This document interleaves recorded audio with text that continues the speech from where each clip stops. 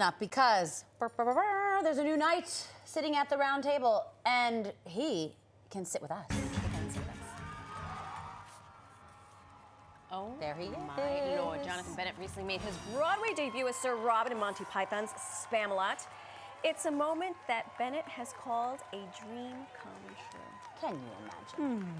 If you don't recognize him with the long hair in the show, that's a wig, by the way. You may know him from any of the 8 Hallmark movies he has starred in, or as the OG, Aaron Samuels in the original Mean Girls. He doesn't age this one, huh? No, he's aging in reverse. This morning he's going to talk all things Spamalot. So without any further ado, ladies and gentlemen, boys and girls, fans of all ages, welcome to New York Living, Jonathan Bennett! Oh, hold on, just doing original Broadway choreography because I'm on Broadway. Woo!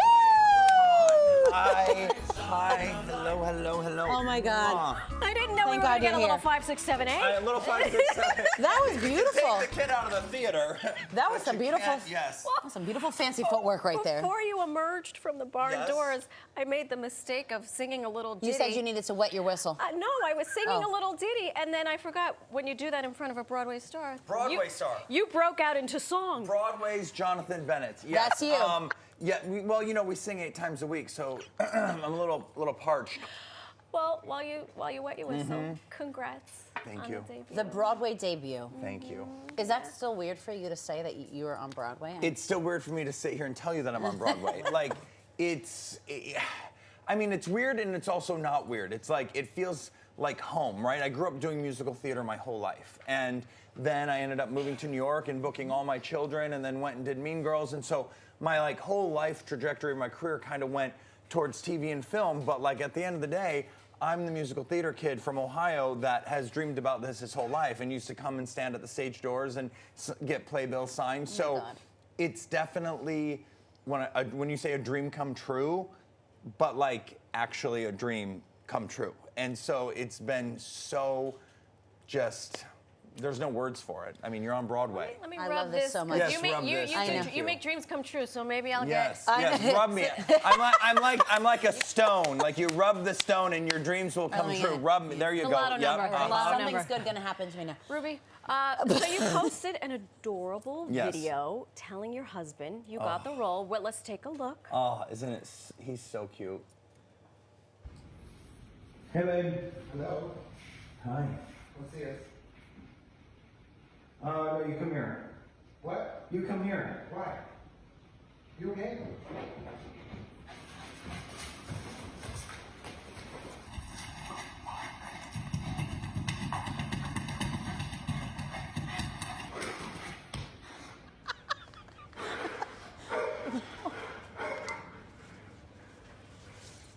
I just needed to let the audience hear the sobs. Yeah. Because I've watched, this is probably the 4th or 5th time I've watched this.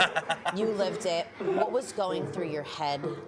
What were you feeling? What was James feeling? It was 2 days before Christmas. Oh my gosh. And yeah, it was 2 days before Christmas, and I got the call that it was happening, and I came home and I was still kind of in shock from the phone call, and I was like, I know I need to capture this moment for us, so we have it, because he is so sick of me singing musicals around the house. Like, when we first met, he's like, "What music do you like?" And I'm like, "I only listen to musicals."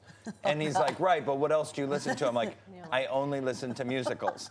And so I had to get him to like jump on the musical theater bandwagon with me, and over the course of our many road trips we've taken, I'm always like, okay, I'm gonna sing this part, you're gonna sing that part, and we put on the songs, and we're just like singing musicals the whole time. Now he's fallen in love with them, and it's been so fun for him, I think, to see this journey, and to like me come home from rehearsal and be like, and then I get to do this, and then I get to do this. So he's been having really a lot of fun with it. If I name a musical, yes. Will you sing one line of one Yeah, song? anything. Dear Evan Hansen. Waving through the window. Yeah, Next. okay, that's all I needed. That's Okay, all yeah. I needed. That's all I needed. Okay. James came to opening night. Yeah. I mean, did you sleep after that performance? I don't know how you come down from something like that. So when you do your first Broadway show and you do your opening night, it is a blackout. Like when I say I don't remember it, I don't remember it believe at that. all. Like I literally can't remember a thing until we got to the curtain call. It was like that moment where like white noise is happening, and then all of a sudden, whoosh, you're back in your body. And I look over to Maria and I go, did we do it? She's like, yeah, you did it. And I was like, did I screw it up? She's like, no. And I was like, great. And then everything after that now has been where I'm actually able to like be present in the show and see what's going on around me. And this was my first week doing doing Spamalot, where I didn't think. Like your muscle memory takes over, and I'm like, oh, I know I'm supposed to be here during this and that, but that curtain call, I mean, that was the moment. There's two of the best moments in my life are the day I married James, my husband, and that curtain call of my first bow on Broadway will go down as the two best moments of my entire life, hands down. And for the kids watching, no stop. Is that a thing they say? Probably. No cap, no cap. No cap. No cap. Oh my God, I'm so old. I was like, what is he saying right now? Old. I only know that because I have 2 teenage boys. Yeah. That's the only reason They're I know like it. dead. No cap. Yeah, no Mommy. cap. No cap. That slaps. That slaps. That slaps. That's busting. He's selling. He's That's the new that one I water's learned this busting. morning. We've had some of your co-stars on the show, and we understand there is not a moment backstage where there isn't some laughing or some hijinks or some stuff. How do you keep it together on stage? We don't. We break every single night. Let me tell you about Spamalot, right? Spamalot, there are a lot of really amazing shows on Broadway right now. Tons. There's some really heavy ones that are beautiful, but there is no show on Broadway right now that you can go and see in the months of February and March when it's dreary and cold, where you can go and find this much joy and lightning in a bottle. Because you don't know what Alex Brightman is going to say every single night. And you got to remember, we have like Broadway royalty on that stage. And not just one, not just two, like 100. I mean, you got Alex Brightman, Leslie Kritzer, James Monroe, Nick Walker, Chris Fitzgerald, Jimmy Smagula. The entire ensemble are legendary. Like, so you put that many heavy hitters in one show. Like, you're lucky to get 2 of them in a show. You have the entire cast. It's unbelievable. It's Broadway royalty. And every night, what's so great about Spamalot is you don't know what's going to happen. Like, Alex, there are many moments on stage where the actors have free reign to say whatever they want. So you have Leslie Kritzer, you don't know what she's gonna sing. You have no idea. Last night, she crawled down into the orchestra pit for no reason.